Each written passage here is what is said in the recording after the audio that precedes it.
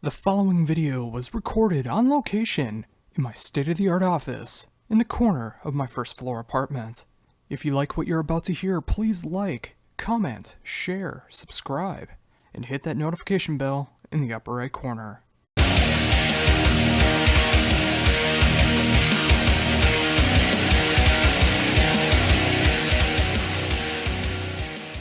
This is Don Jamieson. What's up, man?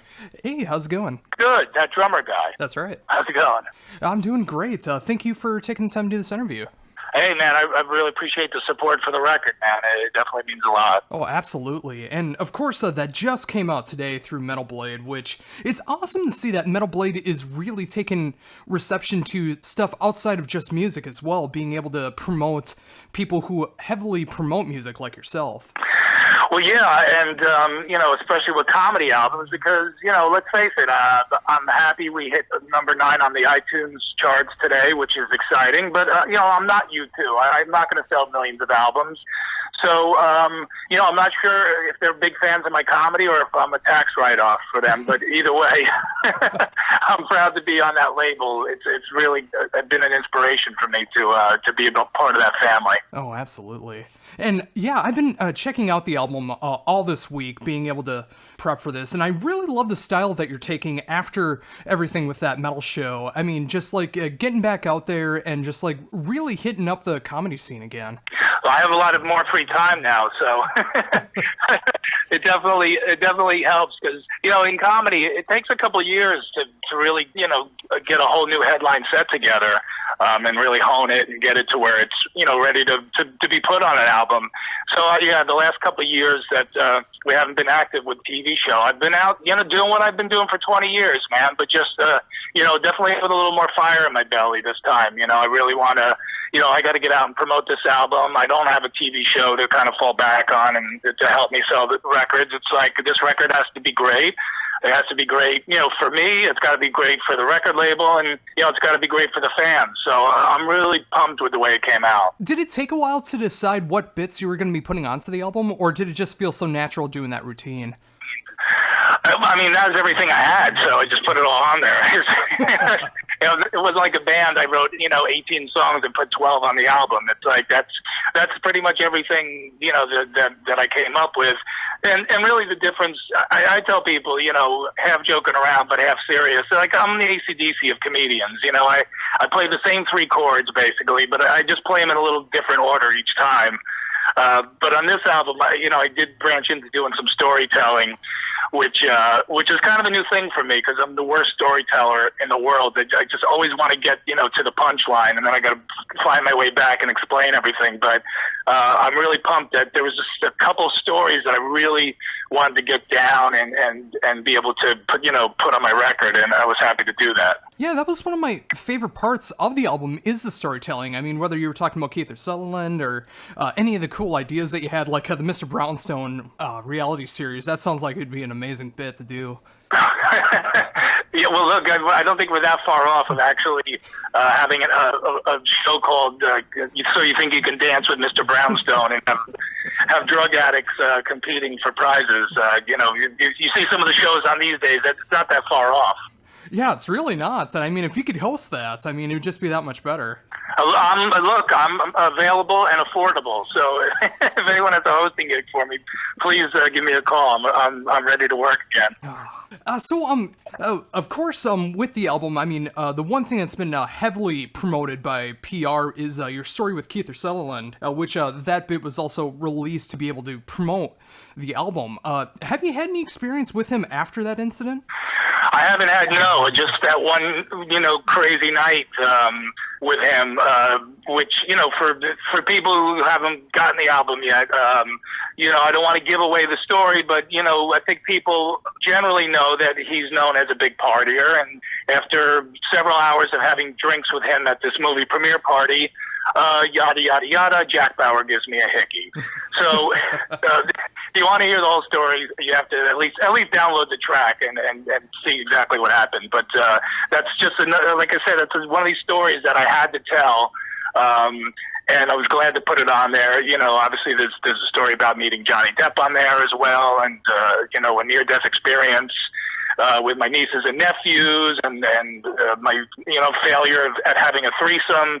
So there's a bunch of different kinds of stories, a little something for everybody on there. And for metalheads like myself, there's a lot of relatable material on there as well. Yeah, well, I can't have hard rock and metal be such a big part of my life and not talk about it on stage. And I always gauge the crowd. If they're really responding to the rock jokes, I'll do more. If they're not, then I'll pull back and do a little less. But even for for bands that people don't know as well as like maybe that we do, I try to set it up for them so that they kind of get the premise of what's happening. So for the most part, it really works. But of course, we all know Kiss and Black Sabbath and Ozzy and Twisted Sister. Like those are bands that everybody kind of knows. When you start doing jokes about Viking metal and stuff, that takes a little more of a setup. Yeah, but I really did appreciate, though. I really did light up when I started hearing you talk about Amon Amarth and the Viking ship on stage, and seeing what they were like off stage. I mean, I've done so many interviews with bands, and it's just like you described on stage. I mean, they're backstage with their phones and not living up to their personas on stage. Well, listen, even Viking metal is a business these days, so you really have to be a high-tech Viking in this day and age. Absolutely. So now that the album is out now through Metal Blade, what do you got going on next? Well, yeah, now is the uphill climb to come up with material for another album, because like I said, it takes a couple of years. And it's funny because Jim Florentine just released a special, and he and I were doing a show last night together. And he's like, "Can you make some notes for me, and I'll make some notes for you?" Because we're both now doing new material again. After doing the same set pretty much for the last couple of years. So it's that long uphill climb to create another hour of material. So that's pretty much where I am right now. Yeah, that's the strange thing about comedy is that once you release an album of brand new material, you have to start over again because it seems like the audience doesn't want to hear the stuff that's already been out there, which is the exact opposite of how it is like going to a metal show. You hit the nail on the head. It's like once you know the magic trick, it kind of the mystique is kind of ruined. And the same thing with comedy is once you kind of know what the punchline is, do you really need to keep hearing it over and over? I've been lucky. There's a lot of people in my audience.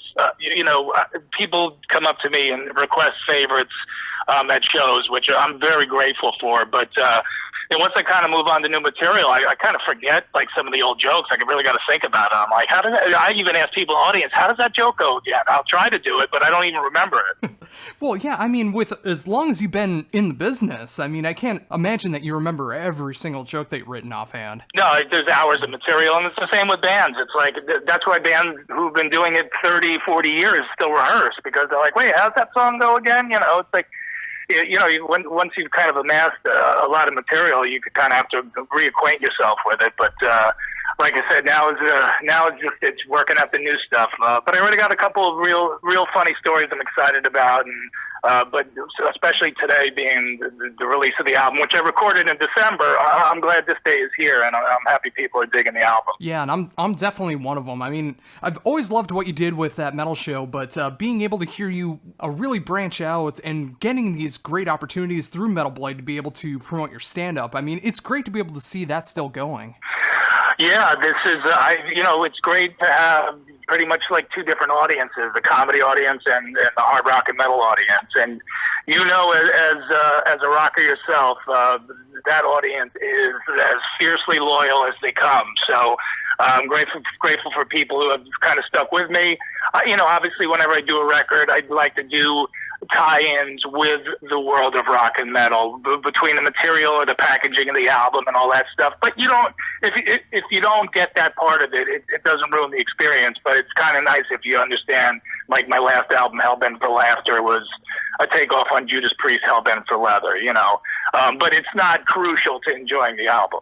But with that said, with obviously being known for that metal show, I mean, you were exposed to so much music on such a regular basis. How much are you checking out new music or going back and listening to classic albums nowadays? Same, or probably more than ever, because if you noticed on the last few seasons of that metal show, I was, whenever I kind of did either the throwdown at the end or when I highlighted new bands, I always brought out vinyl. and I've been back collecting vinyl again, and that's another reason I need this album to do well, is I'm spending way too much money rebuilding my vinyl collection. So I'm not only just still listening to new bands and discovering new types of music and genres of metal, but I'm also going back and, like I just found Kiss the Originals on vinyl, in perfect condition. So I bought that, and tomorrow's record store day, and I already know, I'm going to spend hundreds of dollars on record store day.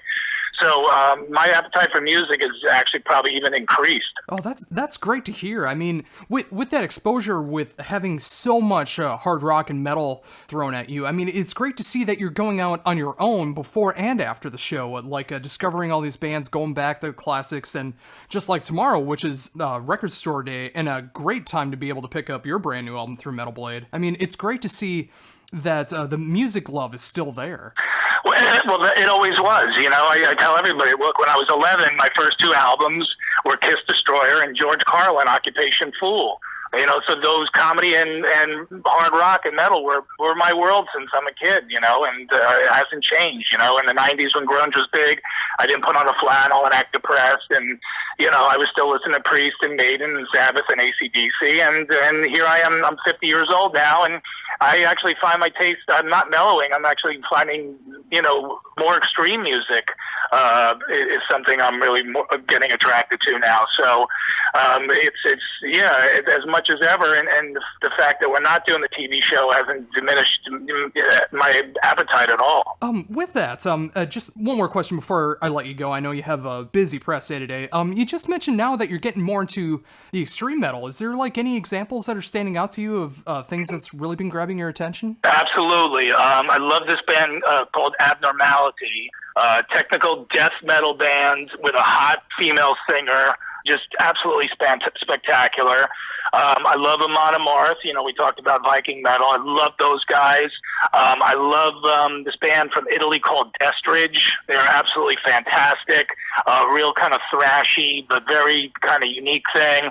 I love Candiria's new album is really amazing, kind of experimental, very heavy type of metal. They were off the scene for about 15 years, a band from Philly, and they're back. So, off the top of my head, those are some of the newer, heavier bands that I've been really, really digging. Oh, yeah, and I'm a huge fan of some of those bands as well, like Amon Amarth and Candiria and Death Rage.